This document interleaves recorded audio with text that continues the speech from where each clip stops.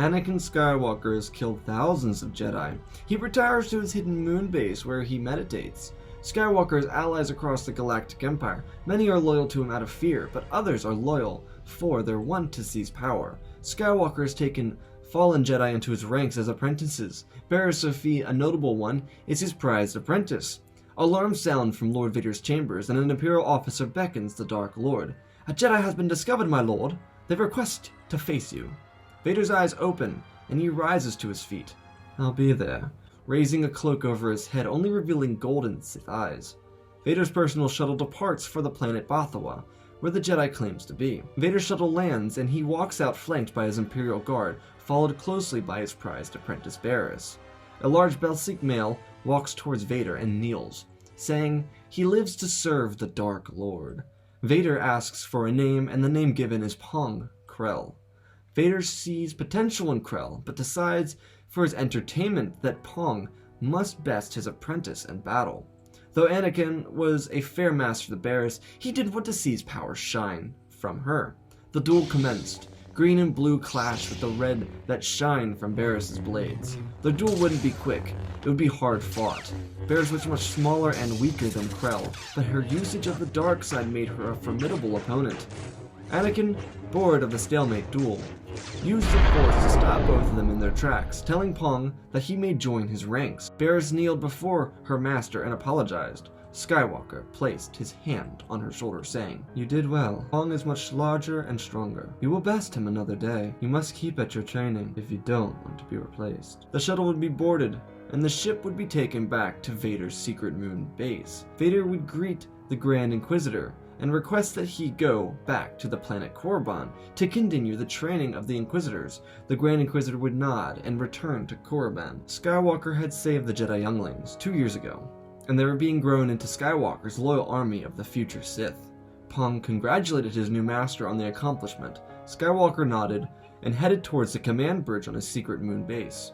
There he would meet Director Krennic, the director of the Imperial Military Department of Advanced Weapons Research. He was fiercely loyal to Vader. Though Palpatine was the Emperor, he was becoming less and less powerful than Vader every second. People saw Vader, who rarely appeared on Coruscant, as the future face of the Empire.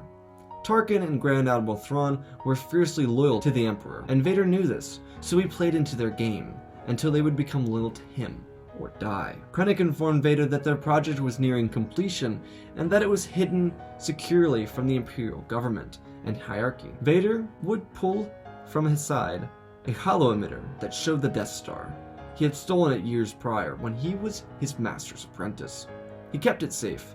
He knew his master was unaware because he had crafted a similar hollow emitter that was missing details his master would never notice. On Coruscant, the Emperor called Maul and Savage to his office to request them to go to Geonosis and check on Dooku and Grievous. "They have cut off communication with the Empire. I want you to see if they are still loyal to our cause. Take the 212th Legion with you, in case they have become turncoats." The two Sith would nod and leave the room.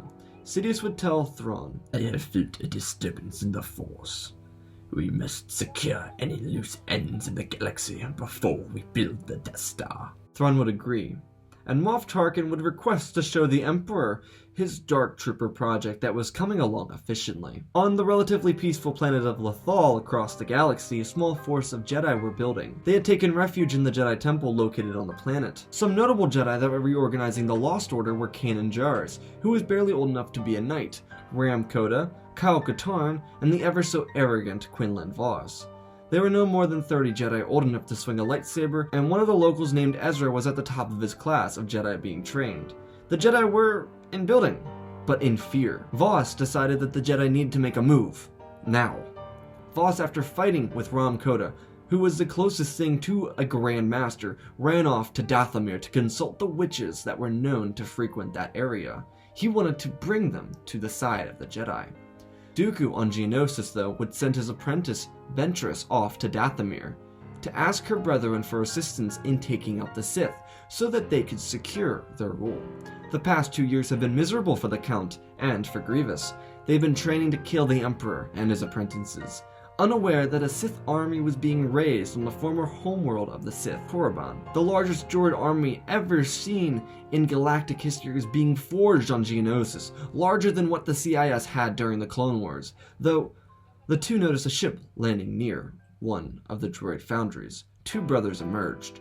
Dooku would approach, unbeknownst to him that there was an Imperial fleet over Geonosis. Dooku would propose to the brothers to join him, that there was an army here large enough to conquer the entire galaxy, that could overthrow the Emperor and rule the galaxy together.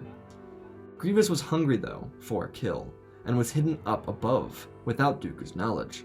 The brothers contemplated for a moment, and then decided that no army could stop the Emperor, and swore their loyalty to him. Before a blade could swing or be ignited, Grievous dropped from the sky, shredding Savage apart with his feet and igniting blades into his chest. Maul jumped back, igniting his blades, rage in his eyes. He knew he was no match for both of them. He looked for an escape. He tapped a beacon on his wrist, and an Imperial invasion rained down from the sky. Maul laughed and swung at Grievous. Gunship after gunship came down from the sky, and an Imperial gunship found its way towards the duel. The ship landed, and several Purge troopers ran out and surrounded General Grievous. Dooku called into the Geonosian hive to Poggle the Lesser, and told him to release the battle droids. A massive battle ensued. The 212th was more skilled, but the number of battle droids and Geonosians was too much. The duel between Dooku and Maul was decided by a blow to Maul's left arm that left him in a defensive position, while Grievous fended off Purge trooper after Purge trooper, laughing as he slaughtered them. Dooku and Grievous then cornered Maul and made him yield. Dooku brought Maul into the communication center to show him off to Palpatine. Grievous led the counteroffensive on the clone army, which was being decimated. Bombing runs came, but there were millions of droids, held since the days of the Clone Wars, that were overrunning the continuously weakened 212. Commander Cody fought with his men, and they didn't relay a surrender. While the Imperial fleet was stable and keeping the Imperial troops on the ground safe, the resistance was overbearing for the entirety of the Imperial forces. Tarkin, who was in the bridge of one of the brand new Imperial 1 Star Destroyers, called back to Coruscant and requested reinforcements. Palpatine promised that a fleet from Kamino was on the way. Dooku would call Palpatine's office, and Palpatine would be furious with his apprentice, both current and former. Maul would apologize, and Dooku would grin as he removed Maul's head with a stroke. Dooku spoke quickly and told Palpatine that revenge would be his, but before he could quickly end the call, every Geonosian in the room and the Count were lifted by force by Palpatine. Palpatine was strong in the Force, and he snapped each and every single one of the necks. Turning to the Grand Admiral, Thrawn, "We must crush this droid rebellion.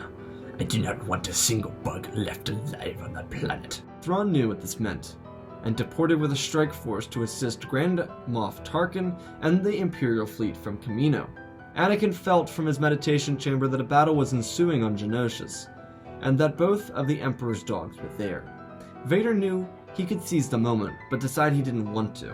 Instead, he had studies to go to. He remembered his master talking about the power that Plagueis had and how he could create life, but also prevent death. Skywalker believed that if he could create more Force users, that he could build a Sith army loyal to him and him alone.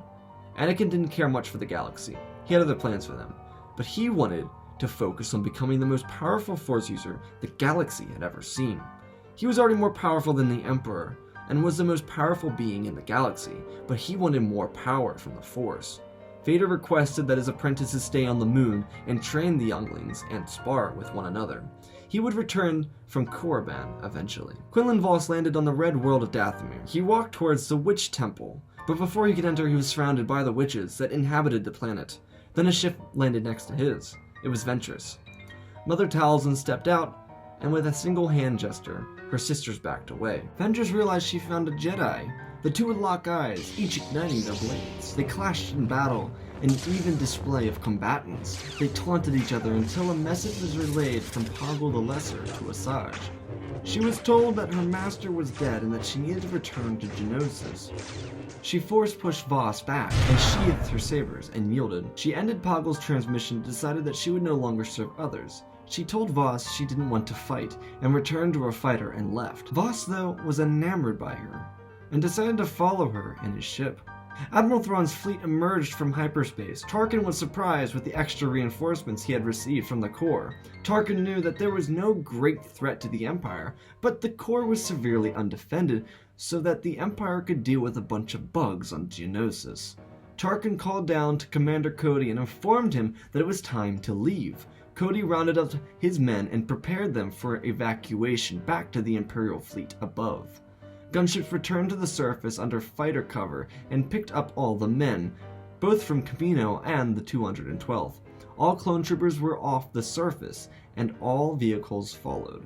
Seconds after the last LAAT left the ground, a wave of TIE bombers left the hangars of several Venator-class Star Destroyers above. The first wave of bombers shredded droid foundries and the Geonosian hives. After the bombers pulled up the surface, Thrawn and Tarkin ordered all ships to open fire on the surface of Geonosis. Geonosians and droids were obliterated as the surface crumbled under heavy fire. Another wave of TIE bombers left the already ruined surface in shambles as they returned to their ships. Down to the surface came probe droids and KX enforcer droids to exterminate the remaining Geonosians, droid forces, and the ever-elusive General Grievous. Though the bombardment killed most of anything on the surface and even the catacombs, the KX and probe droids killed everything else.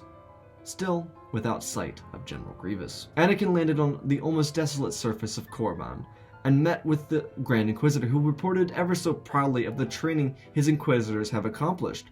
The Ninth Sister, a towering Inquisitor, was brainwashed by Maul and Savage into thinking that Anakin was going to slaughter them when he arrived, and she stepped out in front of her brethren and told Anakin that Maul and Savage told her that Anakin was going to try and kill anyone who threatened his power.